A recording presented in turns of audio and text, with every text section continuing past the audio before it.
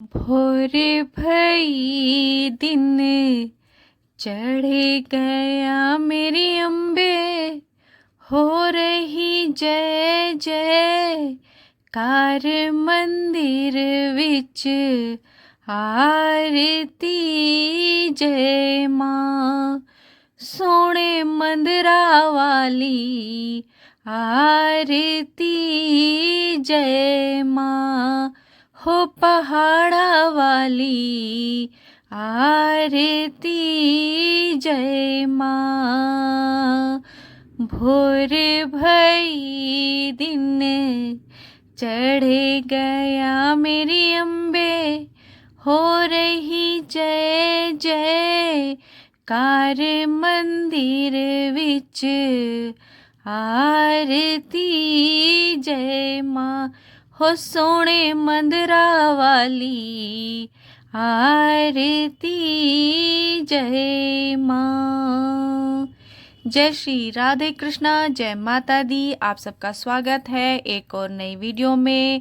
और आज हम बात करेंगे अष्टमी और नवमी के बारे में, कन्या पूजन के बारे में कि कन्या पूजन कैसे करें। और अष्टमी में, कल अष्टमी है शनिवार की, तो उसमें शुभ मुहूर्त कब है, कब वैसे तो पूरे दिन हम कर सकते हैं, माता कन्याओं को जिमा सकते हैं, लेकिन शुभ मुहूर्त कब है वो हम इस वीडियो में जानेंगे। और अगर आपको ये वीडियो अच्छी लगे तो प्लीज़ लाइक शेयर सब्सक्राइब जरूर कीजिएगा, लाइक कीजिएगा और सब्सक्राइब जरूर कीजिएगा। तो चलिए जानते हैं। और कल के दिन महागौरी की पूजा होती है, और महागौरी को हम क्या भोग में अर्पण कर सकते हैं, करना क्या शुभ होता है भोग में अर्पण करना, वो हम जानेंगे। तो कल का दिन चैत्र नवरात्रि का 8वां दिन यानी कि 5 अप्रैल यानी कि शनिवार को है। नवरात्रि के 8वें दिन महागौरी की पूजा की जाती है। नवरात्रि की अष्टमी तिथि का हिंदू धर्म में विशेष महत्व है। इस दिन सभी लोग हवन करने के साथ ही कन्या पूजन भी करते हैं। महागौरी के स्वरूप की बात करें, यानी कि महागौरी कैसी हैं उनके बारे में बात करें, तो माता का रंग अत्यंत गोरा है। इनकी 4 भुजाएं हैं। माता बैल की सवारी करती हैं। माता का स्वभाव शांत है। मान्यता है कि महागौरी की पूजा करने से पापों से मुक्ति मिलती है। महागौरी की पूजा विधि। महागौरी की पूजा किस प्रकार करें, चलिए जानते हैं। सूर्योदय से पूर्व उठकर स्नान आदि करने के बाद साफ स्वच्छ वस्त्र धारण करें। माँ की प्रतिमा को गंगा जल से शुद्ध करें। इसके बाद माँ को सफेद रंग के वस्त्र अर्पित करें। ऐसा कहा जाता है कि माँ महागौरी को सफेद रंग अति प्रिय है। माँ को रोली कुमकुम आदि लगाएं, माँ की आरती करें। इसके बाद ही कन्या पूजन करें। माता को रात की रानी का पुष्प अति प्रिय है। ये पुष्प माँ को अर्पण करें। माता महागौरी को राहु ग्रह पर अधिपत्य माना जाता है, यानी कि माता गौरी की अगर आप पूजा करते हैं, महागौरी की पूजा करते हैं, तो आप राहु ग्रह को प्रसन्न करते हैं। यही कारण है कि राहु दोष से मुक्ति के लिए महागौरी की पूजा की जाती है तथा संकटों से भी रक्षा के लिए माता की पूजा की जाती है। माता का भोग यानी कि महागौरी को कौन सा भोग चढ़ाना अति शुभ होता है, चलिए जानते हैं। माता महागौरी को नारियल से बनी चीजें, काले चने का भोग, खीर, पूड़ी, हलवा, लड्डू और फल प्रिय है। तो आप सब ये चीजें माता गौरी को अर्पण कर सकते हैं। अगर हलवा पूरी नहीं बना सकते या नहीं बना पाते किसी कारण, तो फल भी माता को आप अर्पण कर सकते हैं। माँ खुशी खुशी सब अपने बच्चों के दिए हुए प्रसाद से प्रसन्न होती है। तो जानते हैं कन्या पूजन के बारे में। चलिए भक्तों, माता रानी के कन्या पूजन के बारे में हम लोग जानते हैं। भक्तों, नवरात्रि की अष्टमी और नवमी तिथि को कन्या पूजन करना शुभ होता है, क्योंकि जब हम व्रत रखते हैं तो माता को व्रत खोलने से पहले कन्या रूपी माता को भोग लगाकर फिर अपने व्रत खोलते हैं। चलो जाने कन्या पूजन का शुभ समय, मुहूर्त और पूजा विधि के साथ मंत्र। हिंदू पंचांग के अनुसार हर वर्ष कुल 4 नवरात्रि पड़ती हैं, जिसमें से 2 गुप्त नवरात्रि और दो शारदीय और चैत्र नवरात्रि, शारदीय और चैत्र नवरात्रि यानी कि 2 नवरात्रि ये होती है। कहते हैं जो गुप्त नवरात्रि होती है वह तंत्र साधना के लिए विशेष होती है।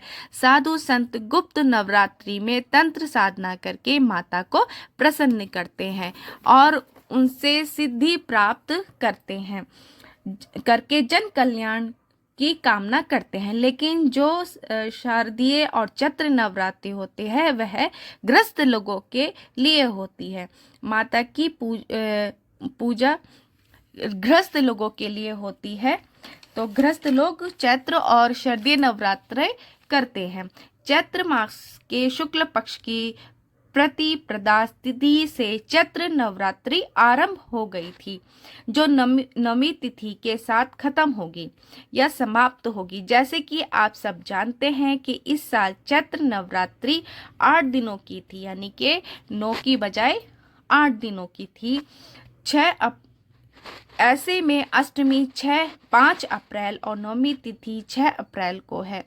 चैत्र नवरात्रि के दौरान कन्या पूजन करने से विशेष लाभ मिलता है। माँ दुर्गा के स्वरूप के रूप में कन्या पूजन किया जाता है।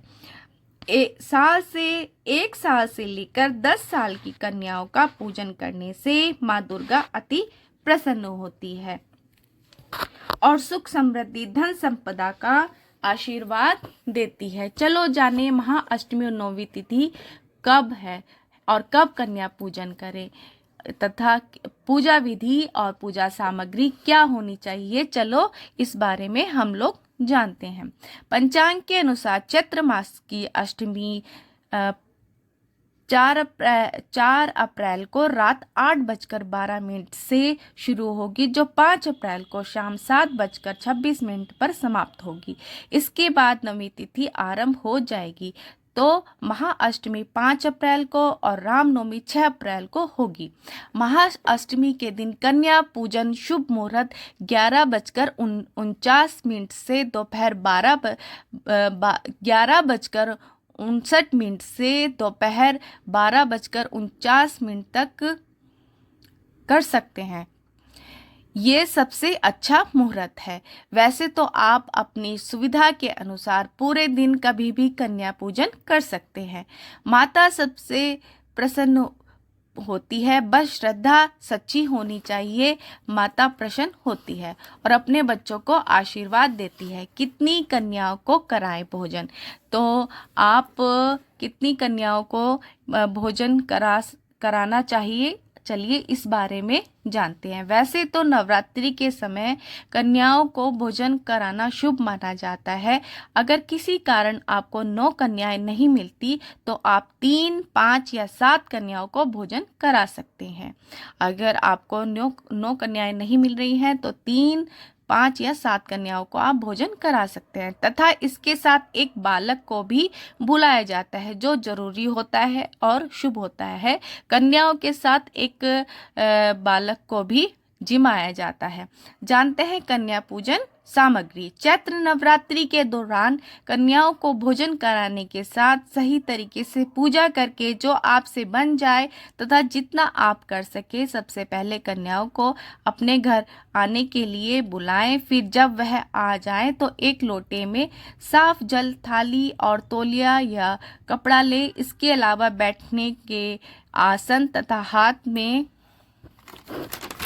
हाथ में बांधने के लिए कलावा, सिंदूर, अक्षत, महावर, फूल, चुनरी, खीर, पूड़िया, हलवा, चना घी का दीपक, थाली, मिठाई, उपहार, पैसे आदि रख ले। अगर चैत्र नवरात्रि के दौरान आप अष्टमी तिथि को कन्या पूजन कर रहे हैं तो एक दिन पहले यानी कि सप्तमी को कन्याओं को निमंत्रण दें। वहीं अगर नवमी को कन्या पूजन करते हैं तो अष्टमी पर कन्या को निमंत्रण देकर बुलाएं। कन्या पूजन के दिन ब्रह्म मुहूर्त में उठकर सभी कामों से निपटकर स्नान करें और विधि पूर्वक पूजन करें। इसके साथ ही शुद्ध बिना लहसुन प्याज के भोजन तैयार करें। आप चाहें तो चना, हलवा, पूड़ी, खीर से भी कन्याओं को भोग लगा सकते हैं या कन्याओं को खिला सकते हैं। अगर किसी कारणवश महिलाएं ये बनाने में असमर्थ हों तो वह फल का भोग भी लगा सकती हैं, फल भी कन्याओं को दे सकती हैं। कन्याओं को सम्मान के साथ घर बुलाकर उनके पैर धुलाएं, इसके बाद साफ कपड़े से पोंछ दें। अब आसन पर बैठाएं और उनके पैरों में महावर और माथे पर कुमकुम और अक्षत का टीका लगाएं। इसके बाद सभी के हाथों में कलावा बांध दें, फिर लाल रंग की चुनरी पहना दें। इस एक पूजा की थाली में घी का दीपक धूप जलाकर आरती करें। अब कन्याओं को भोजन श्रद्धा के साथ परोसे। भोजन कराने के बाद अपनी शक्ति के अनुसार उपहार या फिर पैसे दें। उनके हाथों में थोड़ा सा अक्षत चावल रखें और जाते समय उसे अपने आंचल में ले लें। इसके बाद पूरे घर में छिड़क दें।